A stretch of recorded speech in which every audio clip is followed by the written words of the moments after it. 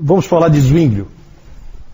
Esse aí é um reformador muito esquecido, porque ele acabou ofuscado pelo Lutero, seu contemporâneo, e por Calvino, que veio depois dele e que foi maior do que ele. Então esse Zwinglio acabou muito ofuscado. E também uma coisa também é que ele viveu pouco. Ele acabou morrendo em batalha, então ele acabou não tendo o mesmo tempo que os outros tiveram, certo? Mas eu gosto muito do Ulrich Zwingli. Ele é suíço da parte de fala alemã, porque vocês sabem que a Suíça ela é formada de vários cantões. Alguns desses cantões é fala alemã, alguns são de fala francesa. Depois eu vou mostrar para vocês no mapa. O Zwinglio é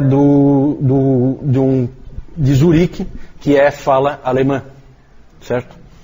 Ele nasceu só 7 meses depois do Lutero, eles têm praticamente a mesma idade, certo? São contemporâneos. Filho de camponeses, ele formou-se na escola dos humanistas, então ele já recebeu influência humanista e assumiu o pastorado de uma grande igreja em Zurique. Lá ele começou uma obra reformadora. Ele foi influenciado por Erasmo, no seu gosto pelas escrituras, e também grandemente influenciado por Lutero e pelos seus escritos, certo? Mas esse movimento da reforma suíça é um movimento independente, certo? Ele acontece paralelo. Ele não tem influência de Lutero, a não ser influência dos escritos, né? Daquilo que tem sido divulgado em termos de ideias. Mas não assim que um troque ideia com o outro, ou que um responda para o outro, não. Cada um trabalha independentemente. Logo na igreja, onde ele era o pastor, ele implantou um modelo de pensamento completamente novo, em que tudo tinha que ser baseado nas escrituras. Todas as coisas na igreja tinham que ter como fundamento as escrituras. Ele levou isso tão a sério, que, e é uma coisa estranha, porque de todos os reformadores, e são vários que tem, de várias gerações, de todos os reformadores, esse era o que mais talento musical tinha. Ele era um músico de boa qualidade. Entretanto, foi ele que tirou todos os instrumentos musicais da igreja. De tão a sério que ele levava essa ideia de que só ia ter no culto aquilo que a Bíblia mandasse que tivesse. Certo? Então é interessante porque ele adorava música, e é justamente esse cara que adora música é que tomou essa atitude. Diferentemente do Lutero, a conversão do Zwinglio ela foi gradativa. Ele era um padre católico romano, e aos poucos ele foi reformando a igreja dele, trazendo para dentro das escrituras. Certo? Não foi uma experiência assim como foi no caso do Lutero.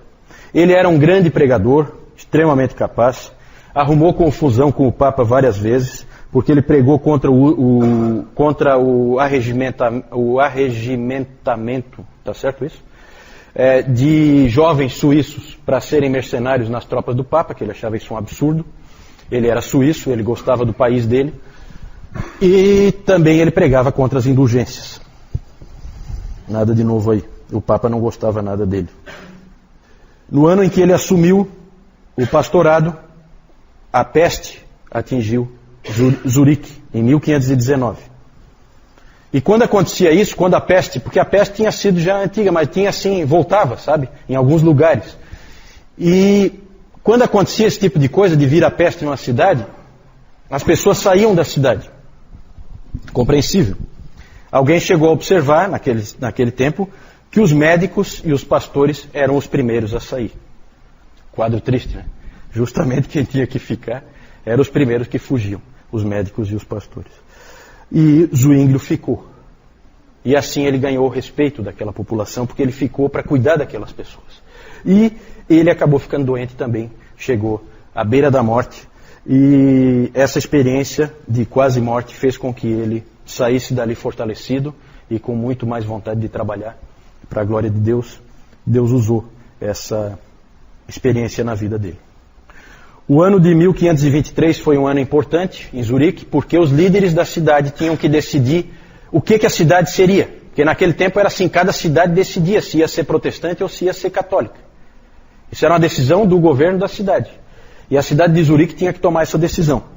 E aí, nessa ocasião, o Zwinglio foi escolhido para ser o defensor do protestantismo, E aí, por ocasião disso, ele escreveu esses 67 artigos, que são parecidos com as 95 teses, só que muito mais avançados.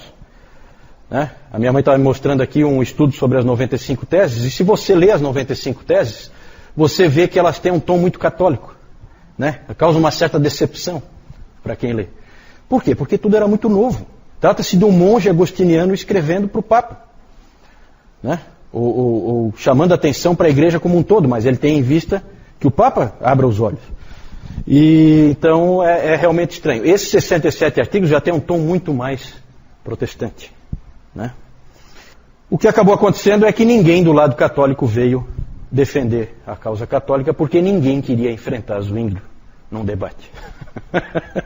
E aí o Zwinglio não teve dificuldade de convencer os líderes da cidade a que Zurique deveria se tornar uma cidade protestante.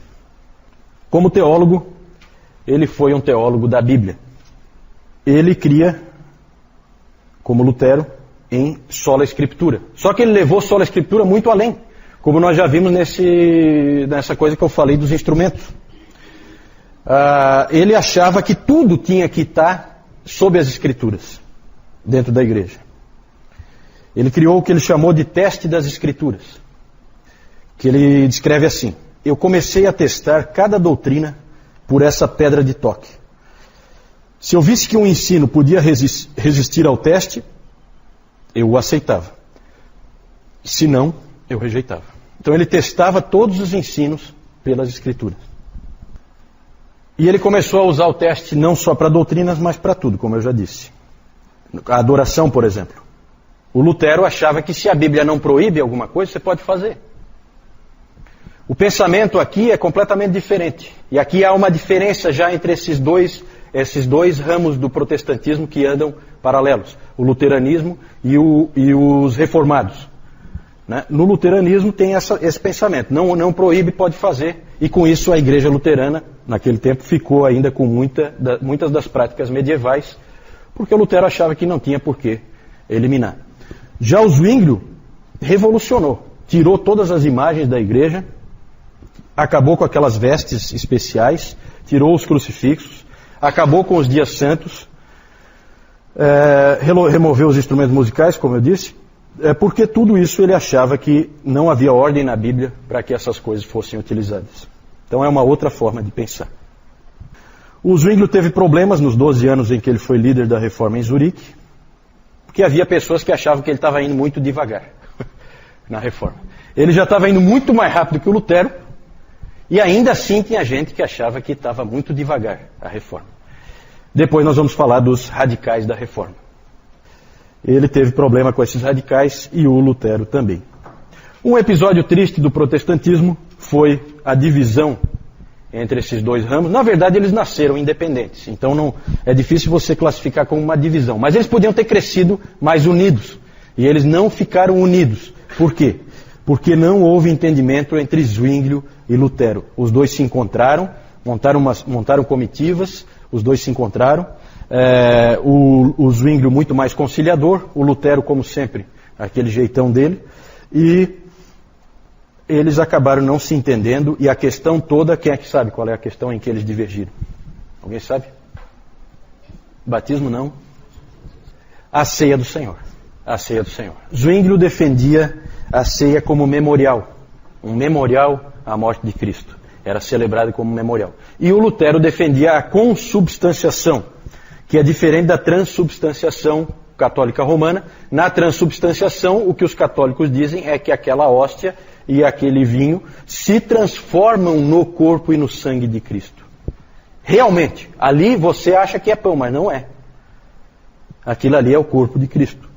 Já o Lutero, ele pensava diferente. Não cria na transubstanciação. Ele cria que aquilo ali é pão, sim, só que ali junto com o pão está a presença de Cristo.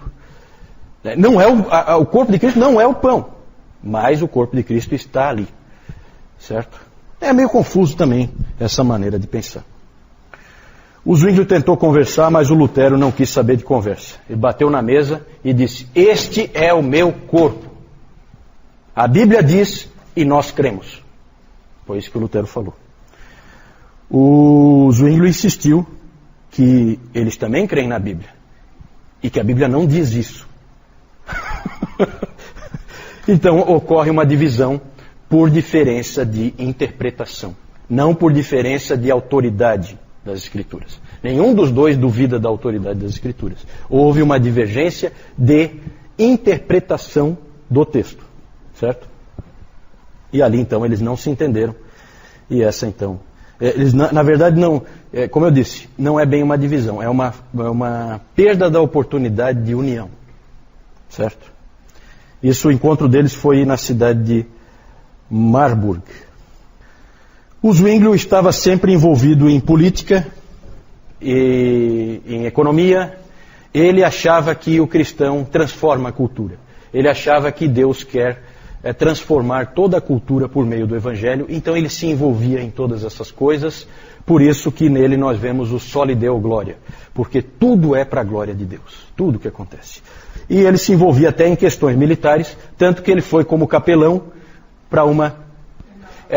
ele foi como capelão para uma guerra que houve entre um cantão católico e um cantão protestante. Era comum haver guerras de um contra o outro, né? Alegando motivos religiosos, mas a gente sabe sempre que tem alguma outra coisa por trás. E lá nessa ocasião, ele ia armado e tudo, mas ele acabou sendo morto nessa guerra. E, então ele teve pouco tempo para escrever, pouco tempo para... né? Então ele é um reformador menos conhecido. Mas você já vê claramente que Calvino vai seguir a linha dele e a reforma suíça vai ser tocada para frente lá em Genebra, pegando muita coisa que o Zwinglio já tinha estabelecido. Fala, Cício. A pergunta do Cício é se a prática, se a divergência deles era em termos de prática ou era só realmente na interpretação das Escrituras e na teologia. Eu creio que a diferença era basicamente na teologia. Para esses homens, a teologia é muito importante. Muito. Certo? O que você crê é fundamental. Né? Na verdade, você é salvo pela tua fé. Né? Então era muito nesse ponto aí. Só para ter uma ideia, o Lutero, naquele estilo arrasa quarteirão dele, ele chegou a dizer o seguinte: prefiro tomar sangue com um papista do que mero suco com um zwingliano. Ele era um cara realmente que entrava com os pés mesmo. Não era fácil. O seu sucessor em Zurique foi o genro dele, que já trabalhava com ele, Heinrich Bullinger. Esse também é outro esquecido. Esse cara foi tremendamente influente. Hoje os historiadores estão descobrindo a influência desse sujeito. Ele ficou muito esquecido. Ele foi sucessor do Zwinglio em Zurique e ele foi muito influente através da pregação dele e principalmente das suas cartas. Ele escreveu 12.000 cartas. Acredite se quiser. E ele não tinha e-mail, essas coisas não, tá? Nem processador de texto, nem nada. A Zurique, na verdade, tornou-se uma agência de notícias. Tudo que você quisesse saber que estava acontecendo, você escrevia para o Bullinger, e aí você tinha todas as informações que você precisava. Ele também é o autor da Segunda Confissão Helvética, de 1566, que é uma obra magistral. Eu já li trechos dessa confissão, ela é realmente muito boa, muito. Foi ele que escreveu, Heinrich Bullinger. A influência desses dois homens sobre o conjunto do protestantismo é enorme. Junto com Calvino, a influência deles sobre os huguenotes franceses, sobre os holandeses, sobre os puritanos da Inglaterra e sobre os escoceses é enorme e fundamental para a existência de tantas igrejas protestantes que nós temos hoje. Aí então vocês veem o Zwinglio, a casa onde ele nasceu, que está conservada até hoje, né? Claro que eles sempre reformam e tal, mas foi nessa casa que ele nasceu. Esse aqui é o Bullinger, sucessor dele, em Zurique.